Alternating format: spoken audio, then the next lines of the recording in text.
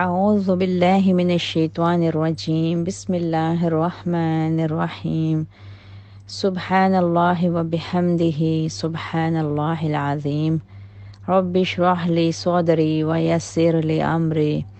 واحلل عقدۃ من لسانی یفقہوا قولی رب زدنا علما اللہم فقہنا فی الدین۔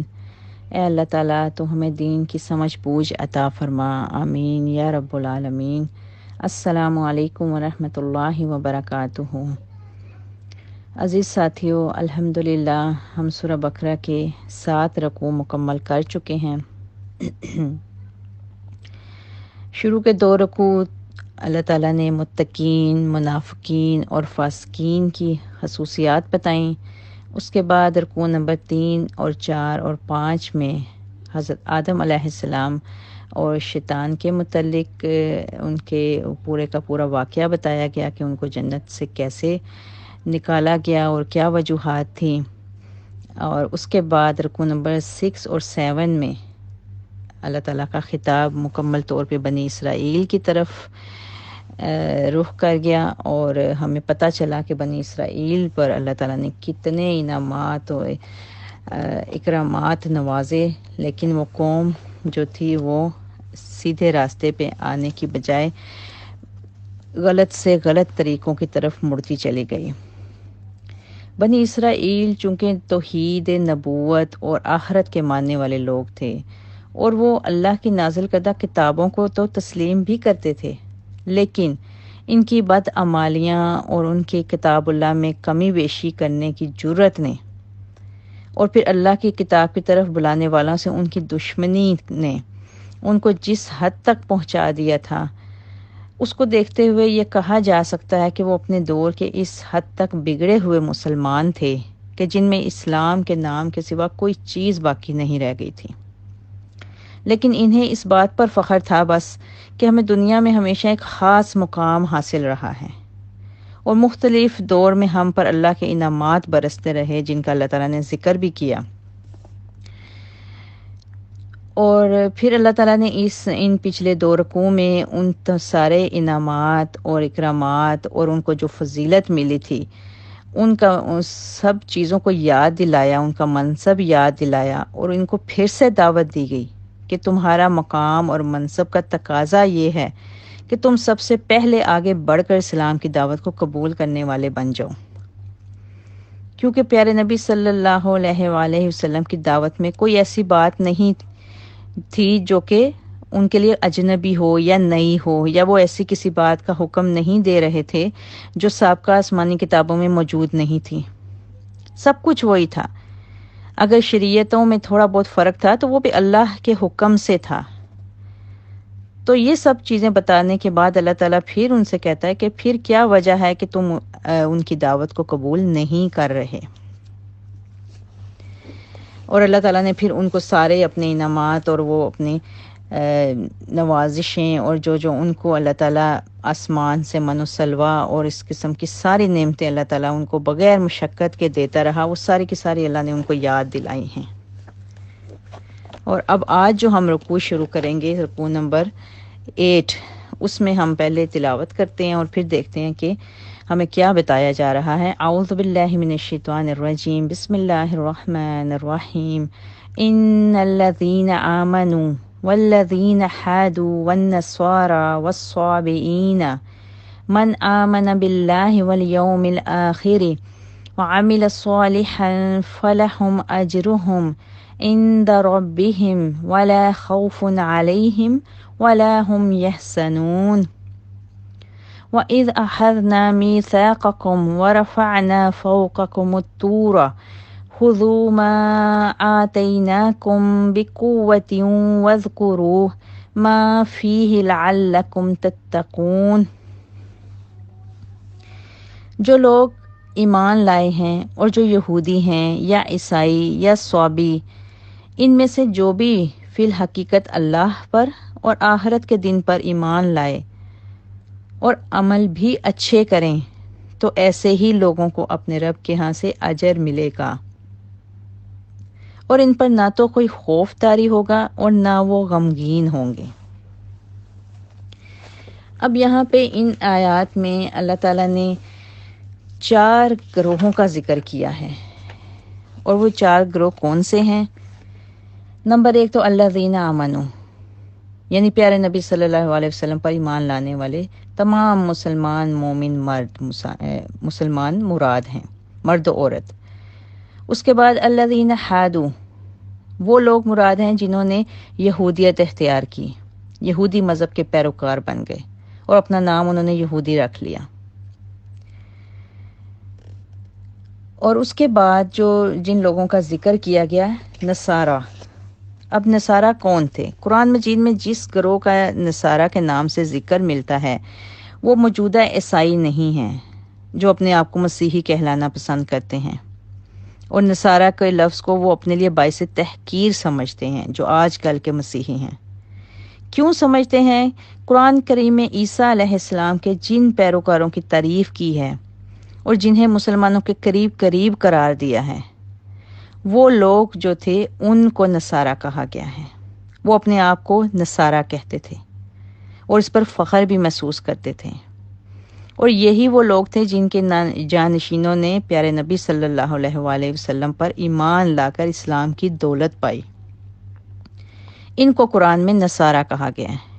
جبکہ آج کے عیسائی جو ہیں، آج کے جو اہل کتاب ہیں، وہ نصارہ کا لفظ اپنے آپ کے لیے پسند نہیں فرماتے۔ اور اس کے بعد جو چوتھا نام یہاں پہ اللہ تعالیٰ نے لیا ہے الصابئین، صابی کی جمع ہے۔ صابی اس شخص کو کہتے ہیں جو اپنے دین کو چھوڑ کر دوسرے دین میں آ جائے، دوسرے کسی دین کی طرف مائل ہو جائے۔ بعض اہل علم کا گمان یہ ہے کہ یہ لوگ دین توحید اور عقیدہ رسالت کے قائل تھے، اس لیے ان کو اصلی طور پر اہل کتاب میں سے ہی سمجھا جاتا تھا۔ حضرت عمر اور حضرت عبداللہ ابن عباس رضی اللہ تعالی عنہما ان کو اہل کتاب ہی شمار کرتے تھے۔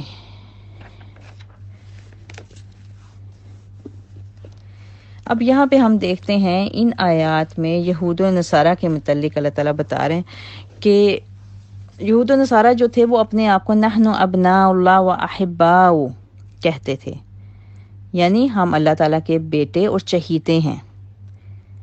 یہودی یہ بات اس لیے کہتے تھے کہ وہ پیغمبروں کی اولاد ہیں، اور نصارہ اس لیے کہ وہ اللہ کے بیٹے مسیح ابن مریم کی امت میں سے ہیں، اور جو کہ ان کی عقیدے کے مطابق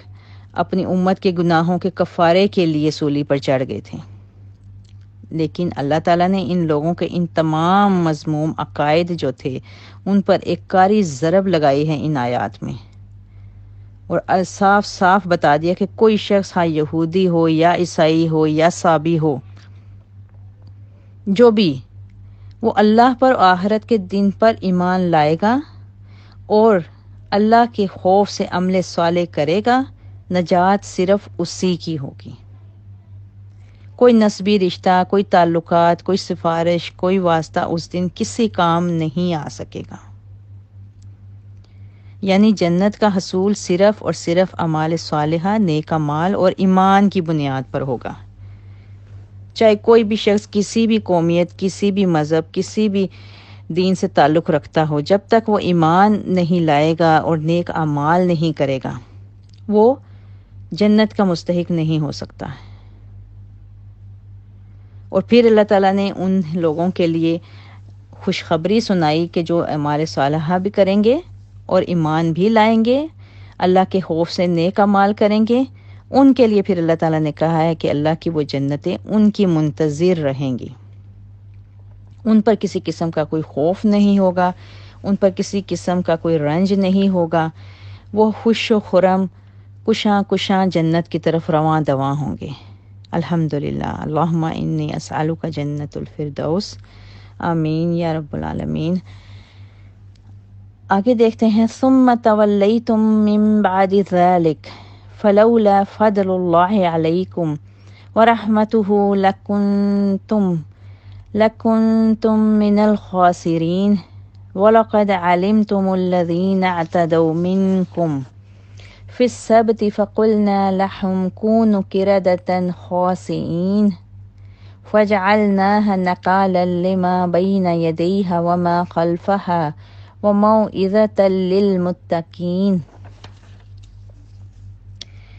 اور اے بنی اسرائیل وہ واقعہ بھی یاد کرو جب ہم نے تم کو طور پہاڑ کو بلند کر کے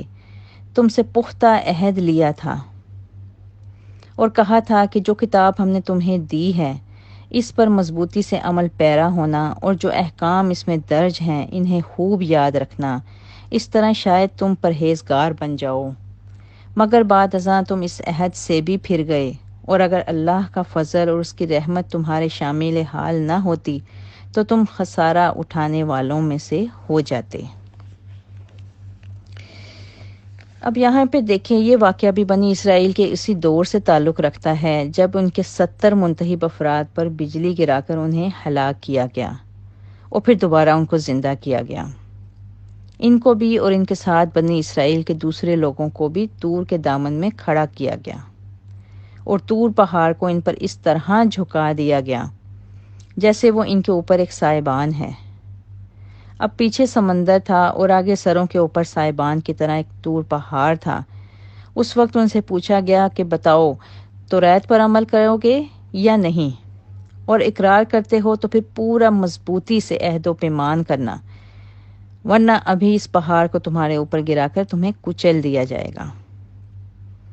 اس وقت بنی اسرائیل کو اپنی نافرمانیوں اور غلطیوں اور اپنی ان عہدوں کو توڑنے کا احساس ہوا اور انہوں نے اپنے گناہوں سے توبہ کی اور توریت پر عمل پیرا ہونے کا پختہ ارادہ کیا، انہوں نے اقرار کیا، وعدہ کیا اللہ تعالیٰ سے۔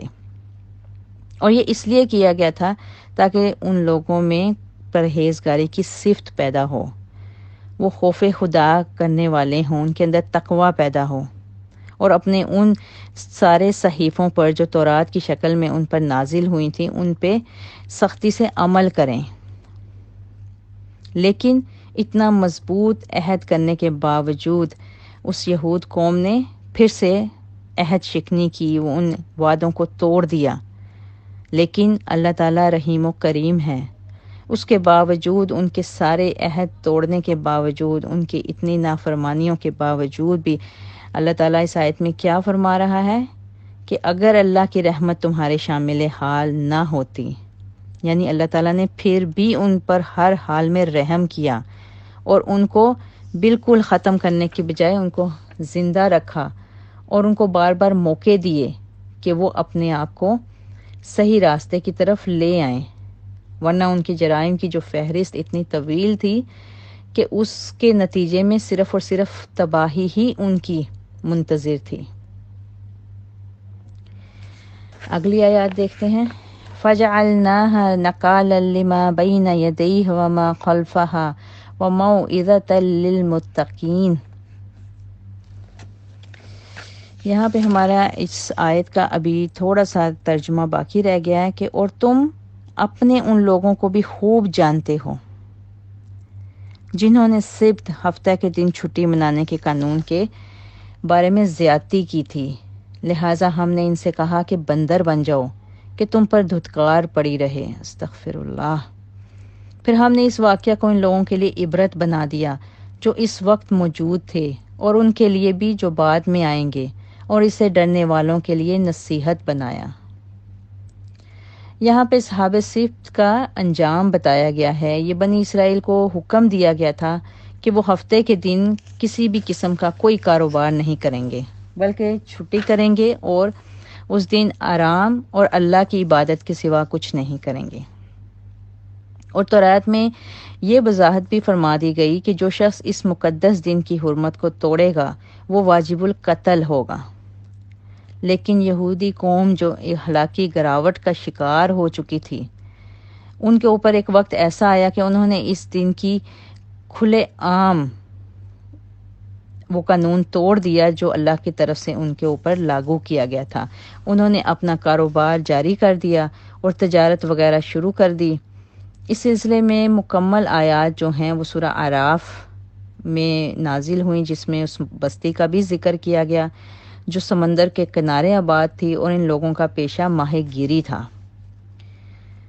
اور اکثر ایسا ہوتا کہ 6 دن تو یہ لوگ مچھلیاں پانی میں چھپی رہتی اور ان کے ہاتھ کچھ نہ لگتا، لیکن ہفتے کے دن پانی کی سطح پر مچھلیاں بھی خوب زور و شور سے سامنے نظر آ جاتی، جن کی وجہ سے یہ لوگ مزید اپنی اس عہد کو توڑنے پہ مجبور ہو جاتے۔ اب ان ماہی گیروں نے یہ بہانہ، یہ ہیلا سازی کرنا شروع کر دی کہ ساحل کے ساتھ انہوں نے گہرے گڑھے کھود دیے، کھائیاں کھود لیں۔ اس میں پانی آتا تو ساتھ مچھلیاں بھی آ جاتی، اور دوسرے دن یہ لوگ ان مچھلیوں کو پکڑ لیتے۔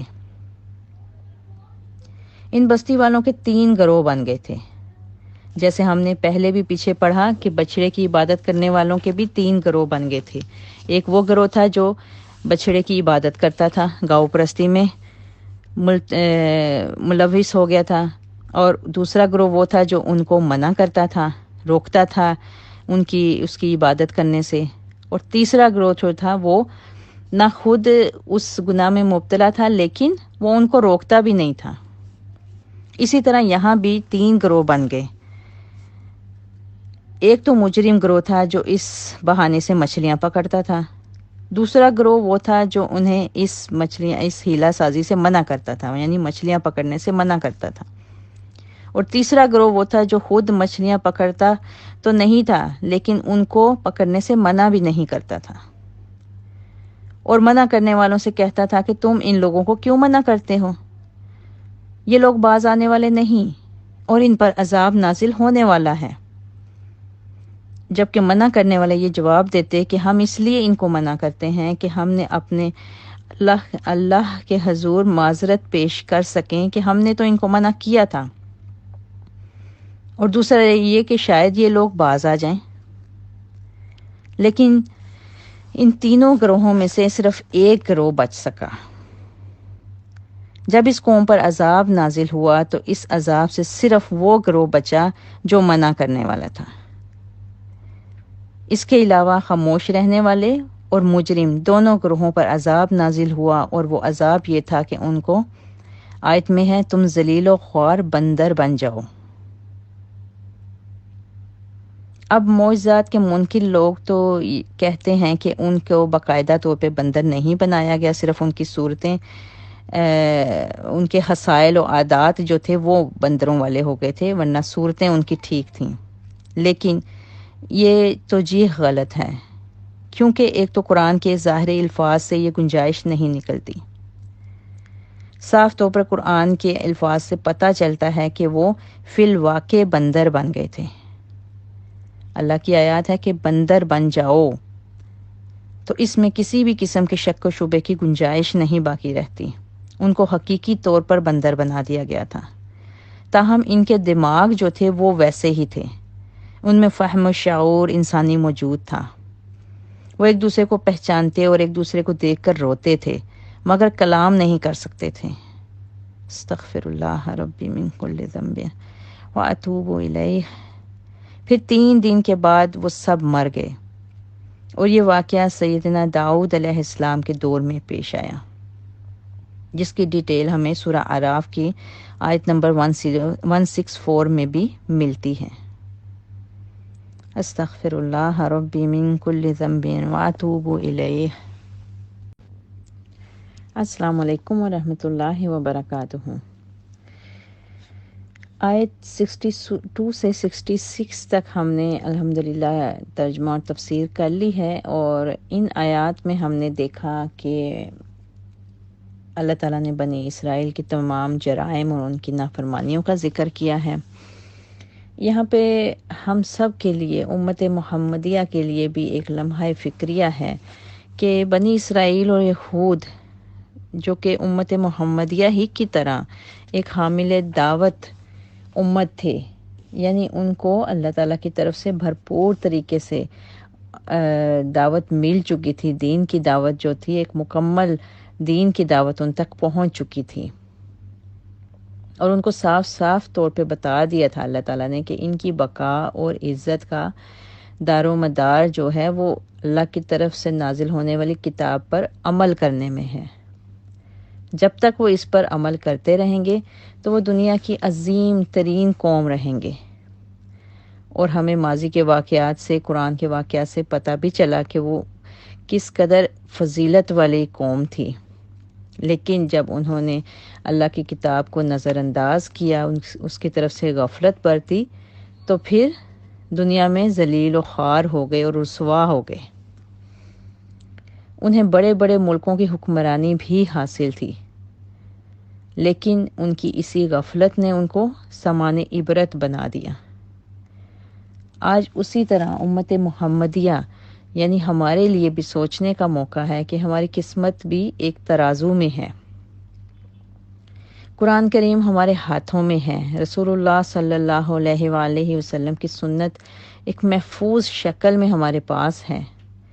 ہمارے ساتھ بھی اللہ کا وہی وعدہ ہے جو اہل کتاب کے ساتھ تھا، یعنی ہماری بقا، ہماری سرفرازی، ہماری عزت و آبرو، یہ سب کچھ ہمارے دین سے وابستگی پر منحصر ہے، اور کسی بھی قسم کی غفلت کی صورت میں اس امت کے ساتھ بھی وہی ہوگا جو اہل کتاب کے ساتھ ہو چکا۔ اللہ تعالیٰ سے دعا ہے کہ اللہ تعالیٰ ہم سب کو اپنے دین پر عمل کرنے والا بنائے، آمین۔ اگلی آیات دیکھتے ہیں، آیت 67 سے ہم تلاوت کرتے ہیں 71 تک۔ چونکہ یہ ایک ہی ٹاپک ہے تو اس لیے ہم 3-4 آیتیں اکٹھی پڑھ لیتے ہیں انشاءاللہ تعالیٰ۔ اعوذ باللہ من الشیطان الرجیم، بسم اللہ الرحمن الرحیم۔ وَإِذْ قَالَ مُوسَىٰ لِقَوْمِهِ إِنَّ اللَّهَ يَأْمُرُكُمْ أَن تَذْبَحُوا بَقَرَةً قَالُوا أَتَتَّخِذُنَا هُزُوًا قَالَ أَعُوذُ بِاللَّهِ أَنْ أَكُونَ مِنَ الْجَاهِلِينَ قَالُوا ادْعُ لَنَا رَبَّكَ يُبَيِّن لَنَا مَا هِيَ قال إنه يقول إنها بقرة لا فارض ولا بكر عوان بين ذلك فافعلوا ما تؤمرون قالوا ادع لنا ربك يبين لنا ما لونها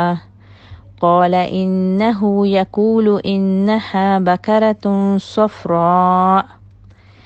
فاقع لونها تسر الناظرين قالوا ادع لنا ربك يبين لنا ما هي إن البقرة شابه علينا وإنا إن شاء الله لمهتدون قال إنه يقول إنها بقرة لا ذلول تثير الأرض ولا تسقي الحرث مسلمة لا شية فيها قالوا الآن جئت بالحق فذبحوها وما كادوا يفعلون۔ اور جب موسیٰ علیہ السلام نے اپنی قوم سے کہا کہ اللہ تمہیں ایک گائے ذبح کرنے کا حکم دیتا ہے، تو وہ موسیٰ علیہ السلام سے کہنے لگے کیا تو ہم سے دل لگی کرتا ہے؟ موسیٰ نے جواب دیا میں اس بات سے اللہ کی پناہ چاہتا ہوں کہ جاہلوں کسی باتیں کروں۔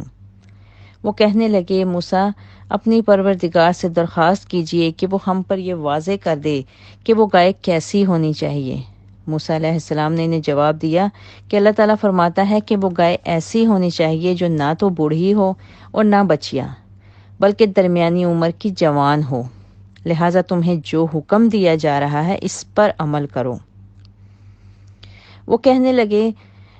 موسیٰ اپنے پروردگار سے درخواست کیجئے کہ وہ ہمارے لیے اس کے رنگ کی بھی وضاحت کر دے۔ موسیٰ علیہ السلام نے کہا کہ اللہ تعالیٰ فرماتا ہے کہ ایسے شوخ زرد رنگ کی ہو جو دیکھنے والوں کا دل خوش کرے۔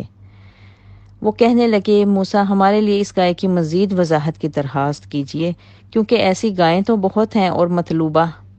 گائے ہم پر مشتبہ ہو گئی ہیں، اور اگر اللہ نے چاہا تو ہم ضرور اس کا پتہ لگا لیں گے۔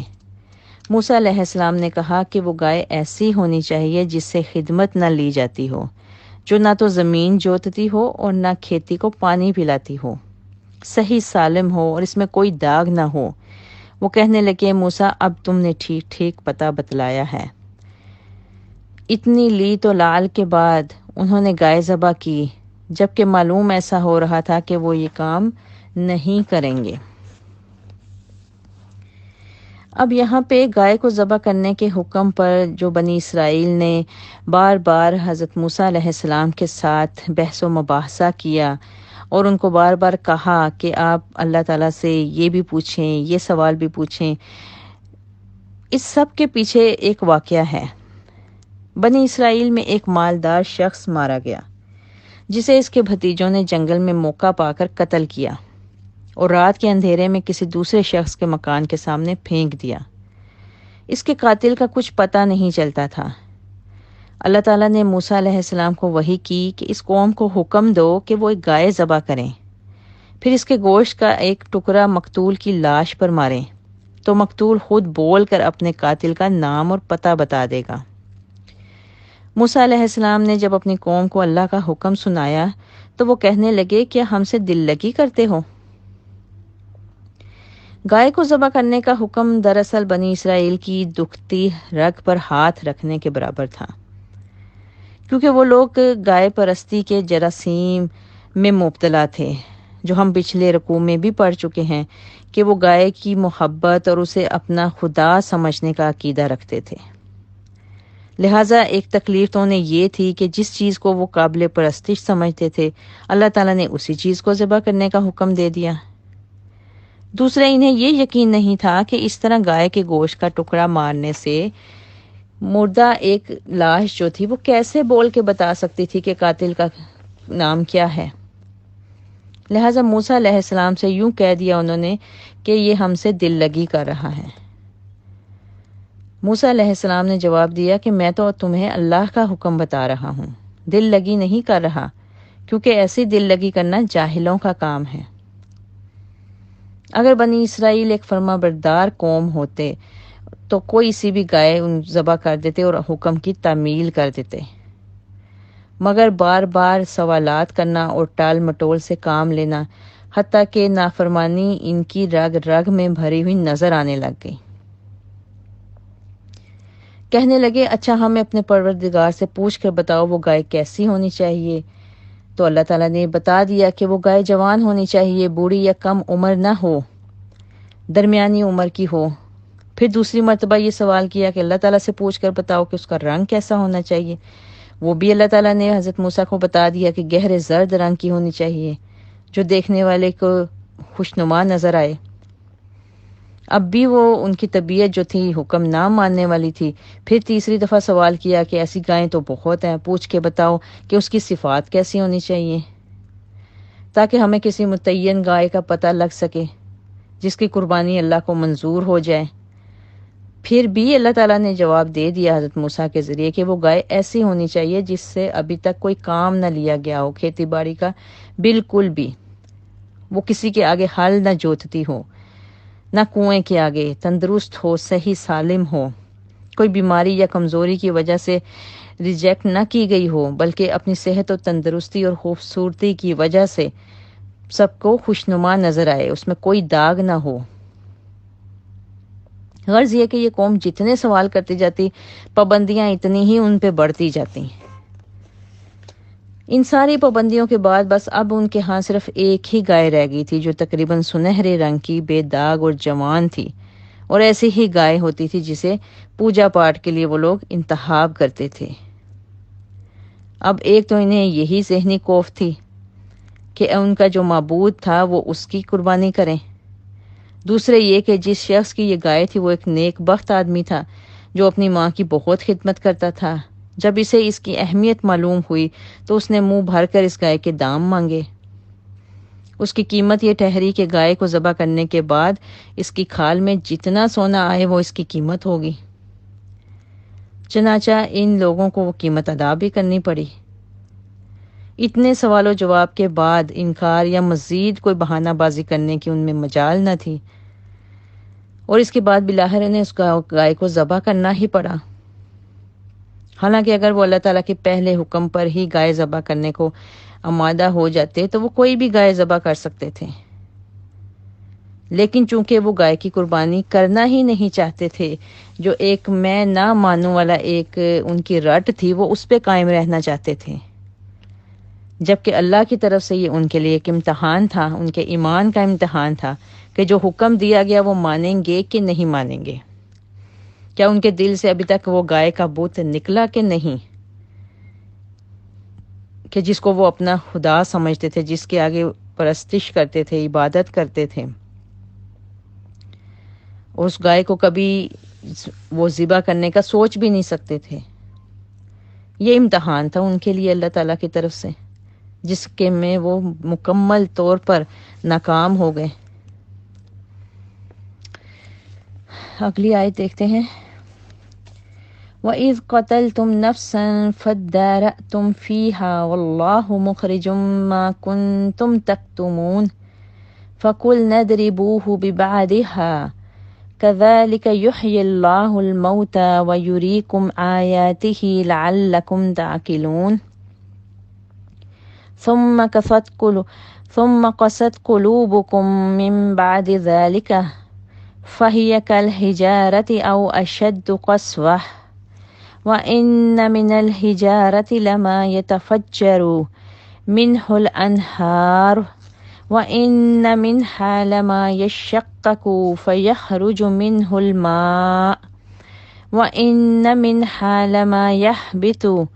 مِنْ خَشْيَةِ اللَّهِ وَمَا اللَّهُ بِغَافِلٍ عَمَّا تَعْمَلُونَ۔ اور اے بنی اسرائیل، وہ واقعہ بھی یاد کرو جب تم نے ایک آدمی کو مار ڈالا تھا، پھر تم یہ الزام ایک دوسرے کے سر تھوپ کر جھگڑا کر رہے تھے، اور جو کچھ تم چھپانا چاہتے تھے اللہ اسے ظاہر کرنے والا تھا۔ سو ہم نے حکم دیا کہ اس ذبح شدہ گائے کے گوشت کا ایک ٹکڑا مقتول کی لاش پر مارو۔ چنانچہ مقتول نے بول کر اپنے قاتل کا پتہ بتا دیا۔ اللہ تعالیٰ اسی طرح مردوں کو زندہ کرے گا اور تمہیں اپنی نشانیاں دکھاتا ہے تاکہ تم سمجھو۔ ایسی واضح نشانیاں دیکھنے کے بعد پھر تمہارے دل سخت ہو گئے، اتنے سخت جیسے پتھر ہوں، یا ان سے بھی سخت تر، کیونکہ پتھروں میں سے تو کچھ ایسے ہوتے ہیں کہ ان سے بھی نہریں پھوٹ پڑتی ہیں، اور کچھ ایسے ہیں جو پھٹ جاتے ہیں تو ان سے پانی نکلنے لگتا ہے، اور کچھ ایسے ہیں جو اللہ کے ڈر سے لرز کر گر پڑتے ہیں، اور جو کچھ کرتوت تم کر رہے ہو اللہ ان سے بے خبر نہیں۔ اب یہاں پہ اس لاش کا زندہ ہو کر قاتل کا پتہ بتایا جا رہا ہے ان آیات میں، کہ قاتلوں کا جرم صرف یہی نہیں تھا کہ انہوں نے مال و دولت کی لالچ میں آ کر اپنے چچا کو قتل کر ڈالا تھا، بلکہ ان کا دوسرا جرم یہ تھا کہ انہوں نے قتل کرنے کے بعد اس شخص کی لاش کو کسی دوسرے شخص کے دروازے پہ پھینک دیا تاکہ ان پر سے شبہ ہٹ کر کسی تیسرے شخص کے اوپر جا کے قتل کا الزام لگ جائے۔ گائے ذبح ہونے کے بعد اس کے گوشت کا ایک ٹکڑا لے کر اس مقتول کی میت پر مارا گیا تو اس کے زخم سے خون بہنے لگا، جسم میں زندگی کے آثار پیدا ہو گئے، اور اس لاش نے بول کر قاتل کا نام پتہ بتا دیا۔ اس کے بعد پھر سے اس پر موت طاری ہو گئی۔ اس طرح جن جرائم کو یہ قوم چھپائے رکھنا چاہتی تھی اللہ تعالیٰ نے انہیں ظاہر کر دیا۔ چنانچہ قصاص میں یہ دونوں بھتیجے مارے گئے اور انہیں اپنے چچا کے ورثہ میں سے کچھ بھی نہ مل سکا۔ اس واقعہ سے کئی قسم کے جو امور تھے وہ بے نقاب ہو گئے۔ ان میں سب سے پہلے تو یہ تھا کہ یہ گائے بالکل اسی قسم کی تھی جسے معبود سمجھ کر اس کی پوجا کی جاتی تھی۔ یہ گائے ذبح ہوتے وقت اپنے آپ کو نہ بچا سکی تو دوسروں کا کیا بگاڑ یا سنوار سکتی تھی، اور پھر ذبح کرنے والوں کو نہ ذبح سے پہلے کچھ نقصان پہنچا اور نہ ذبح کے بعد۔ یعنی یہ بتانا مقصود تھا کہ یہ گائے خود اپنے آپ کو نہیں بچا سکتی، اور اگر اس کو تم لوگوں نے ذبح کر بھی دیا تو اس سے تمہارا کیا نقصان ہوا۔ دوسری بات یہ کہ جس بات کو یہ لوگ چھپائے رکھنا چاہتے تھے اللہ تعالیٰ نے اس طریقے سے ان کے اوپر یہ ظاہر کر دیا، اور پھر انہیں یہ یقین ہو گیا کہ اگر اللہ تعالیٰ اتنے دنوں کے بعد اس لاش کو زندہ کر سکتا ہے تو ہمیں بھی دوبارہ زندہ کر کے ہمارا محاسبہ کیا جائے گا، ہم سے پوری زندگی کا حساب کتاب لیا جائے گا۔ یعنی یہ معجزہ وار کئی سابقہ معجزات دیکھنے کے بعد تمہارے دل میں اللہ کا خوف پیدا نہ ہو تو پھر تو اللہ تعالیٰ آیات میں بتا رہا ہے کہ تمہارے دل سخت سے سخت تر ہوتے چلے گئے ہیں۔ اتنے سخت ہو گئے ہیں کہ پتھروں سے بھی زیادہ سختی ان آیات میں بتائی گئی کہ پتھر بھی جو ہوتے ہیں ان میں سے بھی ایک وقت آتا ہے کہ پانی کے چشمے نہریں پھوٹ پڑتی ہیں اور وہ عام لوگوں کے لیے بھی نفع کا باعث بن جاتے ہیں، اور کچھ پتھر ایسے بتائے گئے کہ جس میں سے چشمے جاری ہو جاتے ہیں۔ یہ پہلے کی نسبت گو کہ کم نفع بخش ہیں، تاہم فائدہ ضرور دے جاتے ہیں عام انسانوں کو، اور گرنے والے پتھروں میں اللہ کا خوف اور تاثر موجود ہوتا ہے، مگر ان جیسے نافرمان لوگوں سے دوسروں کو کچھ فائدہ پہنچنے کی توقع تو دور کی بات، ان کے دلوں میں اللہ کا ڈر قطعاً ختم ہو چکا تھا۔ استغفر اللہ۔ افتطمعون ان يؤمنوا لكم وقد كان فريق منهم يسمعون كلام الله ثم يحرفونه من بعد ما عقلوه وهم يعلمون وإذا لقوا الذين آمنوا قالوا آمنا وإذا خلا بعضهم إلى بعض قالوا أتحدثونهم بما فتح الله عليكم ليحاجوكم به عند ربكم أفلا تعقلون أولا يعلمون أن الله يعلم ما يسرون وما يعلنون۔ مسلمانوں، کیا تم ان یہود سے یہ توقع رکھتے ہو کہ وہ تمہاری خاطر ایمان لائیں گے، حالانکہ ان میں سے ایک گروہ ایسا ہے جو اللہ تعالیٰ کا کلام سنتے ہیں، پھر اس کو سمجھ لینے کے بعد دیدہ و دانستہ ان میں تخریف کا ڈالتے ہیں۔ یہ لوگ جب ایمان والوں سے ملتے ہیں تو کہتے ہیں کہ ہم بھی محمد صلی اللہ علیہ وآلہ وسلم پر ایمان لے آئے ہیں، اور جب خلوت میں ایک دوسرے سے ملتے ہیں تو کہتے ہیں کیا تم مسلمانوں کو وہ راز کی باتیں بتاتے ہو جو اللہ نے تم پر کھولی، کہ وہ اپنے پروردگار کے ہاں ان باتوں کو تمہارے خلاف بطور حجت پیش کر دیں؟ تمہیں کچھ بھی عقل نہیں رہی۔ کیا وہ یہود یہ نہیں جانتے کہ اللہ تعالیٰ ہر چیز کو جانتا ہے جسے وہ چھپاتے ہیں اور جسے وہ ظاہر کرتے ہیں؟ صدق اللہ العظیم۔ السلام علیکم ورحمۃ اللہ وبرکاتہ۔ آج 75 اور 76 اور 77 کا ہم عربی بھی پڑھ چکے ہیں اور ہم نے ترجمہ بھی پڑھ لیا ہے۔ اس آیت کی تفسیر دیکھتے ہیں۔ یہاں پہ اس آیت میں جو اللہ تعالیٰ نے خطاب کیا ہے وہ دراصل مدینہ کے سادہ دل جو نو مسلم لوگ تھے ان سے کیا ہے، جو یہودیوں سے کئی بار یہ سن چکے تھے کہ ایک نبی آخر الزمان آنے والا ہے اور جو لوگ ان کا ساتھ دیں گے وہ ساری دنیا پر چھا جائیں گے۔ اب یہ لوگ تو ایمان لے آئے، مگر یہودیوں نے یہ کام کیا کہ توریت میں جو پیارے نبی صلی اللہ علیہ وآلہ وسلم کا حلیہ مبارک تھا، اس میں انہوں نے تبدیلی کر دی اور ایمان نہ لانے کی وجہ یہ بتائی کہ ان کا حلیہ تو توریت میں موجود حلیے سے مختلف ہے۔ تو اس آیت میں پھر ہمیں پتہ چلا کہ پیارے نبی صلی اللہ علیہ وآلہ وسلم کو پہچاننے کے لیے توریت میں اچھا خاصا مٹیریل موجود تھا، سب نشاندہی کر دی گئی تھی، جسے یہ لوگ پیارے نبی صلی اللہ علیہ وآلہ وسلم کے مدینے آنے سے پہلے لوگوں میں مشہور کر چکے تھے، اور ان میں کچھ لوگ آپ صلی اللہ علیہ وسلم کے مدینہ تشریف لانے کے بعد بھی بیان کر دیتے تھے اور ان سے کہہ دیتے تھے کہ ہم بھی اس پیغمبر پر ایمان لاتے ہیں، مگر جب وہ اپنے جو ان کے خود ساختہ بنائے ہوئے خدا تھے ان کے پاس جاتے، ان کے جو سردار تھے، ان کے جو لیڈر تھے، تو وہ لوگ پھر ان کو کہتے کہ تم مسلمانوں کو توریت کی ایسی باتیں کیوں بتاتے ہو جو تمہیں اپنے ہی خلاف جا رہی ہیں؟ کیا تم یہ چاہتے ہو کہ اللہ کے حضور مسلمان تم پر حجت قائم کر دیں کہ یہ لوگ پورا علم ہونے کے باوجود بھی ایمان لا رہے تھے؟ مسلمانوں سے بات کرنے سے پہلے کچھ سوچ تو لیا کرو اور ان کو وہ باتیں جو توریت میں ان کے نبی کے متعلق بتائی گئی ہیں ان کو ایز اٹ از بیان مت کرو۔ یعنی ان کو روک دیا جاتا تھا کہ اس طرح کی باتیں اگر تم مسلمانوں کو بتاؤ گے تو وہ تو اس نبی پر مکمل ایمان لا کے ہمارے ہی خلاف یہ گواہی دیں گے کہ ان کو سب کچھ ان کی کتاب میں موجود مل گیا، لیکن یہ پھر بھی ایمان نہیں لے کے آ رہے۔ دوسرے الفاظ میں ان یہود علماء کا یہ خیال تھا کہ بس مسلمانوں کے بتانے سے ہی اللہ تعالیٰ کو قیامت کے دن اس حقیقت کا پتہ چلے گا، ورنہ نہیں۔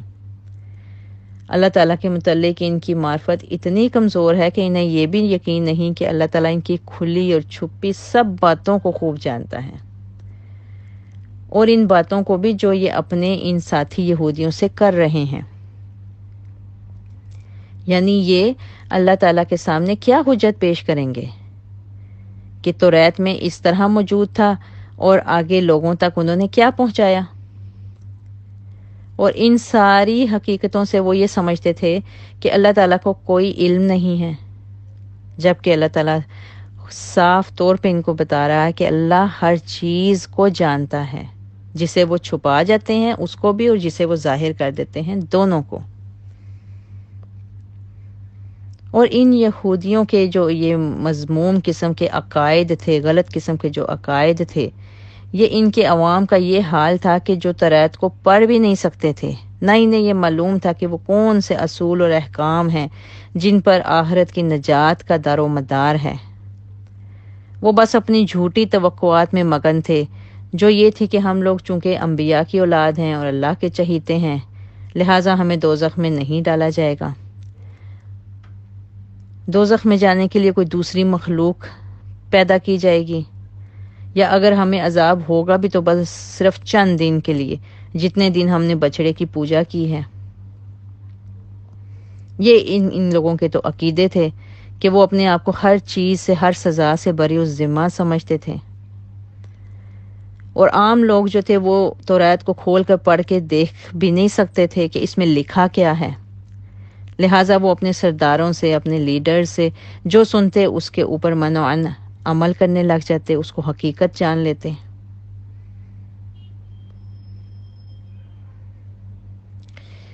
انہی غلط فتووں کی وجہ سے پھر ان کا یہ حال تھا علماء کا کہ انہوں نے توریت کی شروع اور علماء کے فتاووں کو توریت میں ہی غلط ملت کر دیا۔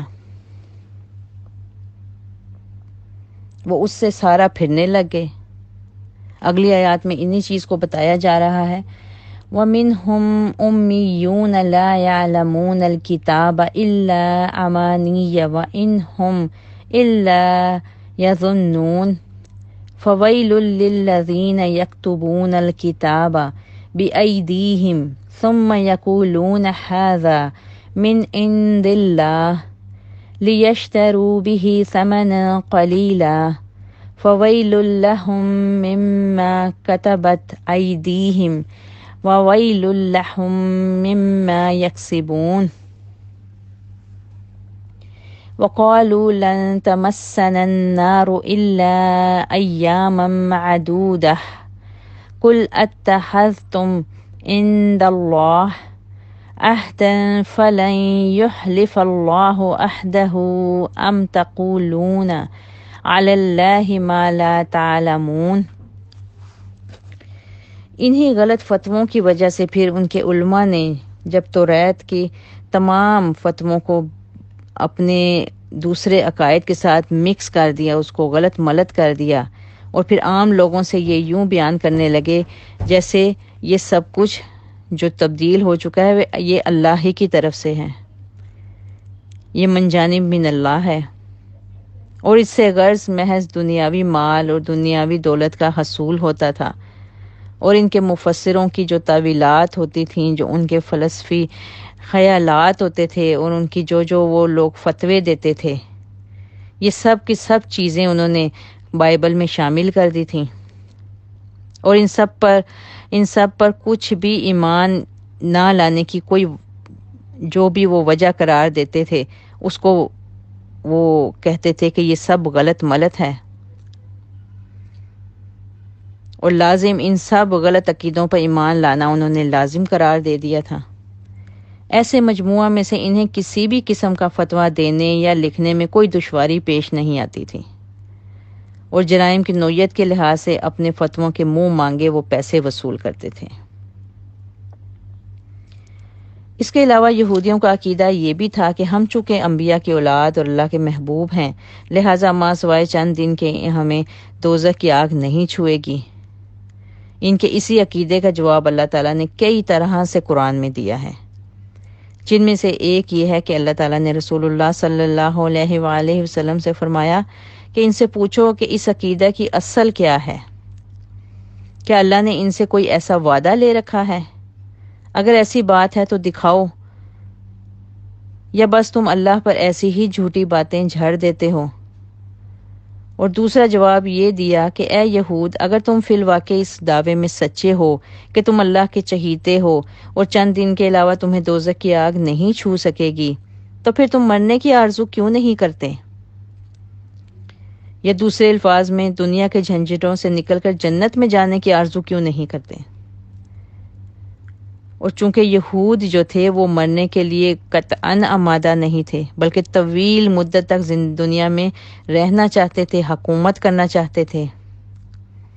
جبکہ ایک مسلمان مومن کا یہ عقیدہ بالکل نہیں ہوتا۔ وہ دنیا میں اپنا دل نہیں لگاتا، بلکہ اس کو اپنی آخرت کو سنوارنے کی فکر ہوتی ہے۔ تو اس سے معلوم ہوا کہ یہودی جو تھے وہ اپنے دعوے میں جھوٹے تھے، نہ وہ مرنا چاہتے تھے، نہ وہ مرنے کی بات کے حساب کتاب دینا چاہتے تھے۔ ان دو جواب کے بعد تیسرا جواب کو جو اللہ تعالیٰ کی طرف سے انہیں دیا گیا کہ اللہ کا قانون جزا و سزا سب کے لیے یکساں ہے، وہاں کسی نسبی رشتے کا، کسی واسطے کا، کوئی سفارش، کسی بھی قسم کی کوئی چیز کام نہیں آئے گی۔ جس شخص کو اس کی بدعمالیوں نے گھیر لیا وہ یقیناً دوزخ میں ہی جائے گا، پھر ہمیشہ اس میں رہے گا۔ اور اس قانون میں اے یہودیوں تمہارے لیے کوئی کسی قسم کی تخصیص نہیں ہوگی، سب سے برابر کا ان کے اعمال کے مطابق جو حساب کتاب لیا جائے گا۔ اگلی آیت دیکھتے ہیں، آیت 81 اور 82۔ بلا من کسب سیئۃ وأحاطت به خطیئته فأولئک اصحاب النار هم فیها خالدون والذین آمنوا وعملوا الصالحات أولئک اصحاب الجنۃ هم فیها خالدون۔ بات یہ ہے کہ جس نے بھی برے کام کیے پھر ان کے گناہوں نے اس کا گھیرا کر لیا تو ایسے ہی لوگ اہل دوزخ ہیں جس میں وہ ہمیشہ رہیں گے، اور جو لوگ ایمان لائے اور اچھے کام کیے تو یہی لوگ جنت کے مستحق ہیں جس میں وہ ہمیشہ رہیں گے۔ یہاں پہ اہل دوزخ کے ساتھ اہل جنت کا ذکر کیا گیا، اہل ایمان کا ذکر کیا گیا، اور قرآن کا یہ ہمیشہ سے انداز رہا ہے کہ دوزخ کے ساتھ جنت کا ذکر ضرور کیا جاتا ہے، اور اسی طرح جب جنت کا ذکر کیا جاتا ہے اس کے ساتھ دوزخ کا ذکر ضرور کیا جاتا ہے۔ یہاں چونکہ بنی اسرائیل کو ان کے سارے اعمال، ان کی نافرمانیاں، ان کی بدعمالیوں کا بتانے کے بعد اللہ تعالیٰ نے ان کے سامنے آخرت کا ایک واضح عقیدہ ان کے سامنے رکھ دیا کہ جو اچھے کام کریں گے ان کے لیے جنت ہے، اور جو اپنی بدعمالیوں کی وجہ سے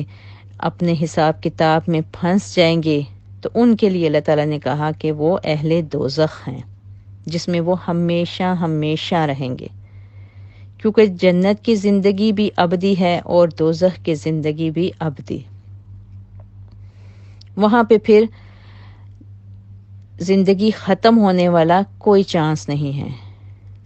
جو جنت میں جائیں گے وہ ہمیشہ جنت میں رہیں گے، جو اللہ تعالیٰ نے یہاں بتایا کہ مستحق ہیں وہ جنت کے اور ہمیشہ وہاں رہیں گے۔ ہم فیہا خالدون۔